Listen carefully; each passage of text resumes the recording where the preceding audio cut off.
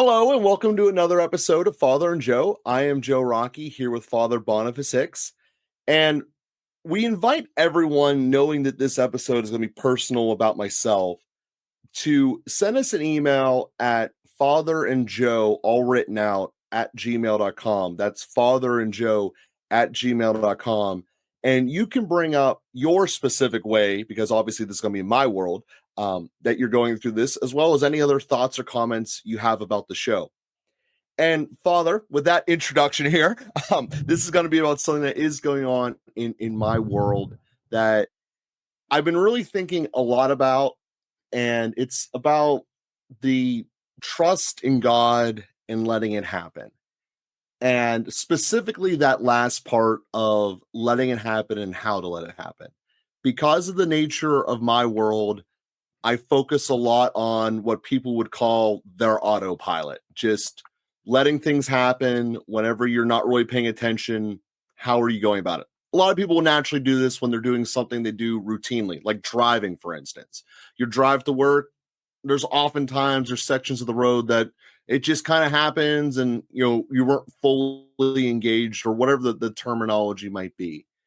And I think that the ultimate goal, that you can correct me if this is even the right goal or not, is to have my setting of being able to be trusting in God and being a vessel of what God wants me to be as my autopilot setting. So I don't need to consciously think about it, but it's just, I'm doing it. It's happy. It's awesome. It's what I'm called to do. But what I'm finding is the same sensation that I have whenever I control my breathing.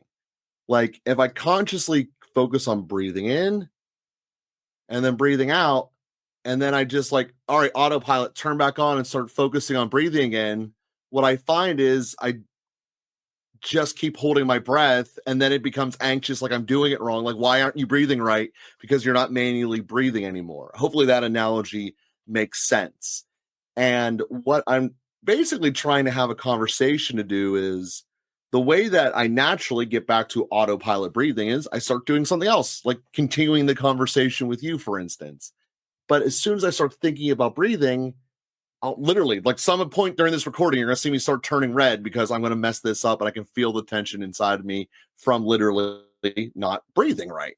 So my question ultimately is, how do we become more open and natural in God so that it is like breathing on autopilot, and to not get that hesitation, guilt, fear, anxiety, whatever the right word is whenever after we're consciously doing something for God and then wondering why it's not autopiloting in. So I guess those are two separate questions I want to use to guide this message, but it's kind of where I'm at here and today.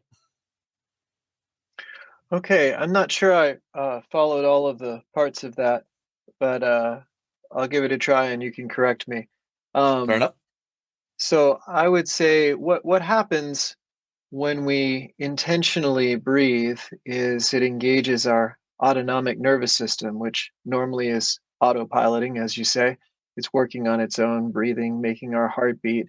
And when we actively engage that, we can regulate that to a certain degree. And connected to our autonomic nervous system is a lot of other responses: fight, flight, freeze, appease, different kind of trauma responses. And so, in a context when you're feeling anxious and that starts to happen spontaneously in your nervous system, you can get a little bit of a conscious control around that by intentionally breathing, and then you can slow down your autonomic nervous system a little bit and you can settle your anxiety a little bit.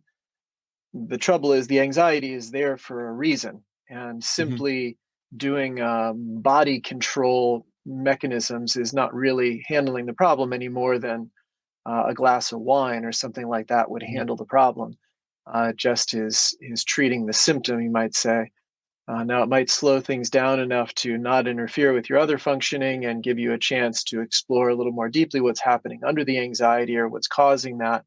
And that would be the best thing to do if you found yourself in that situation. And in breathing, you're able to slow things down a little bit, is then to look and say, well, where is this anxiety coming from? So when I do that intentional breathing, I'm sort of getting into myself a little bit more right brain activity to step back and look at the big picture. And then I can see, oh, well, I really want to do a good job.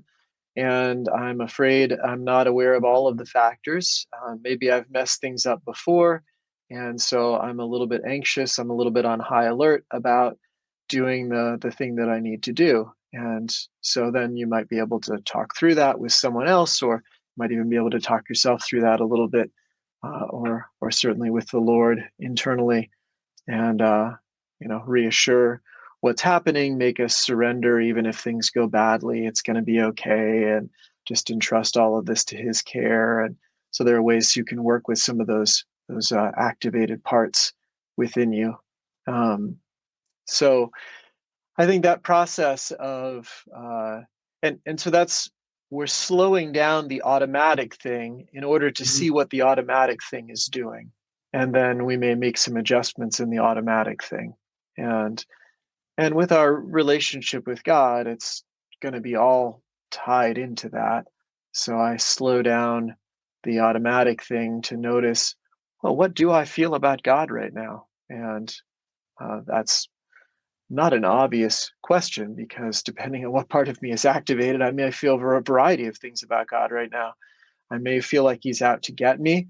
I may feel like he's doesn't want good things for me. I may feel like he's not really paying attention to anything I'm doing. I may feel a lot of things about God. All of those different God images.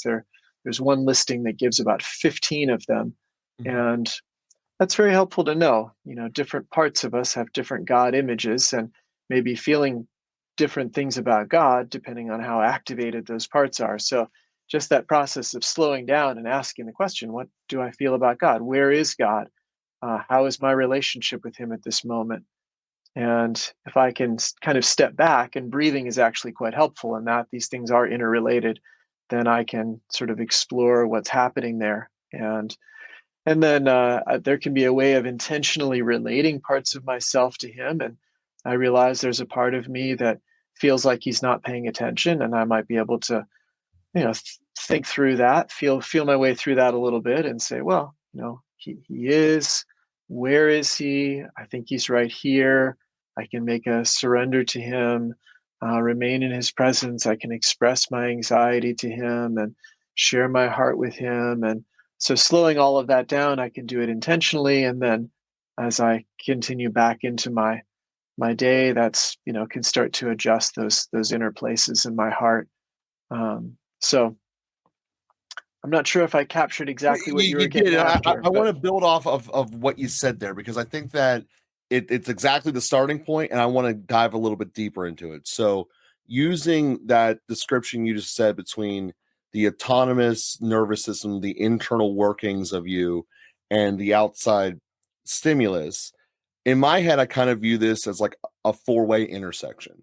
So on the left side of the traffic light is your body's automatic response, the breathing mechanisms, etc. The right side of the intersection is the external stimulus that is causing the phenomenon. And then at the intersection itself being whatever feeling that was, the anxiety, anxiousness, whatever.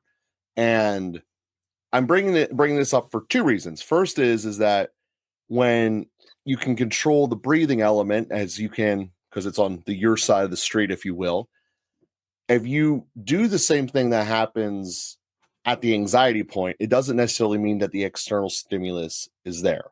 So that's where I'm trying to use the analogy there, is that there are times that we know in which we are doing something that is right or good or just in the way that the holiness that we discuss would call us to act. But we want it to be part of this, I don't even think about it. Like, this has just become me. This is just what we do. I'm always able to exhibit one of these core elements that holiness calls us to do. But I get the feeling that if I'm not doing it manually, it gets all messed up and it's not being done right. So the goal being to get it on autopilot. So like every moment of your day is just coming out and being holy. But with that being said, if I'm not consciously thinking about it, I feel like I'm not, just like the element of when I feel like I stop consciously breathing, I get that burst of anxiety, like, hey, you're not breathing, like something's wrong. So that's what I'm trying to get into with how to make our elements of life to go from just beyond consciously actively forcing ourselves. That might not be the right terminology, but I think you get what I'm saying, to do holy activities, to then have it become our second nature and we do without thinking and it just happens. Well, and if we think about that in terms of relationship, um, you let's say in your relationship with your wife, there are a number of things that you do spontaneously. You obviously always show up as yourself, and there are some ways that I'm entirely guessing, so I know Mhm. that you'll receive that. But just for the clarity of our listeners, knowing any two human beings, and you and Teresa are two human beings, so I have about 100% chance of guessing right without knowing the details. Um, but there are some ways that when you show up as yourself, it hits her in the wrong way. There's Mhm. some behavior, some words, some way of speaking, some business mode, some whatever it is that grates her the wrong way. And so at some point, she has said that to you, and you've had to take note of that. And then you've had to try and change habits. That's really what we're talking about, is a habit of Mhm. behavior. And that required more intentional effort at the outset, where you are intentionally trying to be more sensitive around whatever, 8 a.m., because she's not a morning person and she's grumpy and you're bubbly and it's driving her It's crazy. the So, opposite. fair enough. So, but you have to make an intentional effort to start to change a behavior and kind of reorient it towards what it ought to be. And Mhm. and that's kind of similar in our relationship with God. As we allow our relationship with God to flow into every area of our life, there are ways you spontaneously showed up with your wife. There are ways you spontaneously show up at work. There are ways that you drive to work. There are ways that you act in a uh, marketplace setting when you're interacting with cashiers and shopping for things. There are ways that you interact with people online. There are ways, and slowly over the course of all of these different areas of your life, you start to notice, like, is this really the way I ought to be acting in this setting? Now, sometimes it's because you have someone who loves you enough to say, stop it. Uh, in other cases, it's, a personal point of awareness, like, I think I could treat this checkout person less like a robot and more like a human being. What would that be like? Let me try to do that intentionally. And as we do things several times, we start to form a habit of it. But you're right, it takes some intentional effort at first to start setting that habit in place. And then we want to, as best as possible, make sure that intentional effort is the right effort, that we're moving towards a more moral behavior. So those are kind of the practical things. I like to talk about, and this goes across everything I said before in terms of the nervous system and parts of us, and what we're talking about now is we can practice in prayer. And when we take time, imagine a half an hour or an hour long period of prayer. You don't have anything scheduled. You don't have anything to get done. You're with the Lord. And then one of the things you can do is start to explore some areas of your life. And we can call these particular experiences, for example, maybe I walked out of the supermarket and I felt a little twinge of some guilt or discomfort, and I say, wonder what's going on there. And well, I'm going to take that into prayer, and then in my hour of prayer, a half hour of prayer, or whatever later in the day, I revisit that experience walking out of the supermarket, feeling this twinge of guilt and wondering what that is. And what I uncover is, like, I was kind of a jerk to that sales clerk. I was on my phone, I was busy with things, I got irritated, I said something snappy, and then I moved on. and that wasn't right. Why am I doing that? And then, we can start to explore that, and we can do that in the Lord's presence. That we can ask him, we can bring things into relationship with him. Maybe we discover, well, I'm kind of like stressed and stretched to my limits and having a hard time, and then, we can open that up to him, and how does he see us there, and please help me. And anyway, we can pray about those things, but we can also kind of practice the next time I go in the supermarket. Let me put these same circumstances, imagine them clearly enough that it activates those parts of my heart. And I'm tempted again to get irritated, say something I regret, and I'm going to try it differently. Where is Jesus in that? He's right there with the supermarket, the checkout person. And I'm going to take a deep breath. And then I see him and I say, wow, this person is being really kind to me and they don't deserve any of my stuff. Let me try that.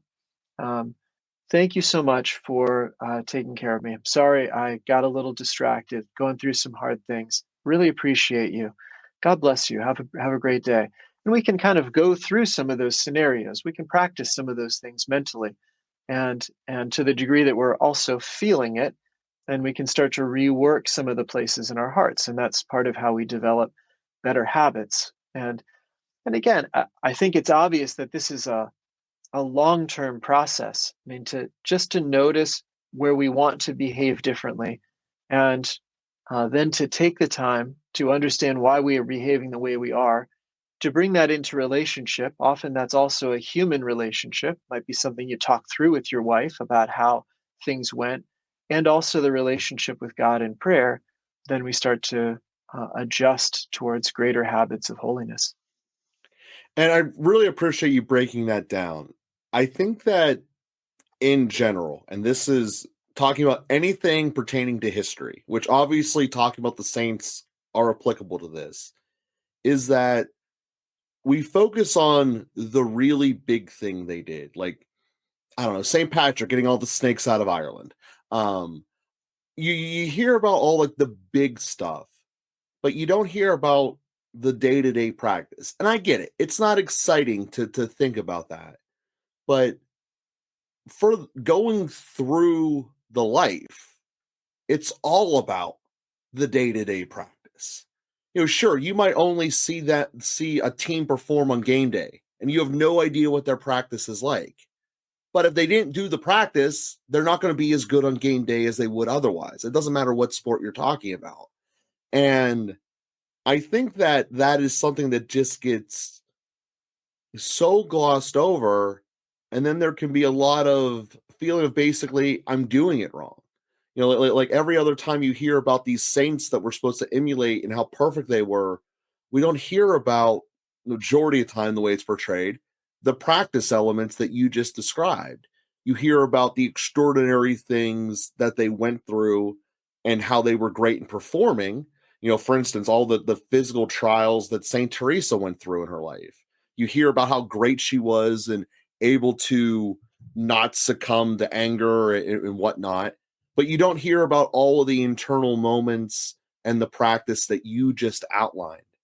And I think that that is a giant disservice in the way that we portray it, because the practice, aside from the fact that practice makes permanent, as you said, what, about 3 years ago, I think it's one of the best sayings ever.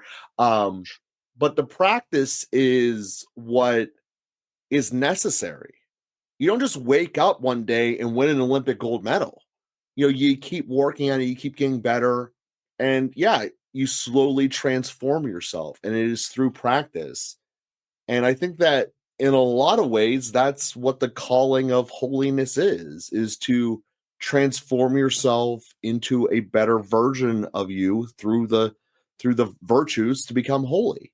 And they work, by the way. People who exhibit and live the virtues live much better lives than those that don't, when you look at it in the aggregate, which, quite frankly, pretty much only God can. But even from the parts that you can observe in your physical mentality, what are the relationships worth with the rest of them around you? How are they received? How are they portrayed? Those that live virtuous lives have better results in that department from any mortal metric you can look at. And I wanted to put emphasis on here about how important the practice is, and that the fact that you need practice does not mean you're doing it wrong. It actually means the opposite, that you're being aware and trying to improve. And this goes back to one of the big things that is in the Bible that I bring up probably every month or so, that those that participate and try are more valuable than those that sit on the sideline. Even if you're trying and doing it wrong, being active and participating rather than being a lukewarm soul is what God calls us to do. So trying and practicing, obviously having guidance to try the correct way and act the virtues correctly helps. I'm not trying to diminish, our program or anything else like that, but being willing to put yourself out there, put the effort forward and try is just so important. And quite frankly, I guess the challenge of everyday life in which this entire episode was about. Yeah, that's right. That's right. Well said. So with that being said, Father, we have a couple of minutes left. Are there any final thoughts that you want to share with the audience, whether it be about this topic or maybe another quick hitter that they could just take in forward in their life as we're concluding today's show? I think that's a great place to stop. Exactly what you said. We're aiming at holiness. A lot of times we only get the big moments, the great successes, but they're built on a lot of steady practice on a daily basis, and this real more refined awareness of what's happening within us so that we can behave more like saints. Perfect. And we thank you all for listening, and we'll be with you again next week.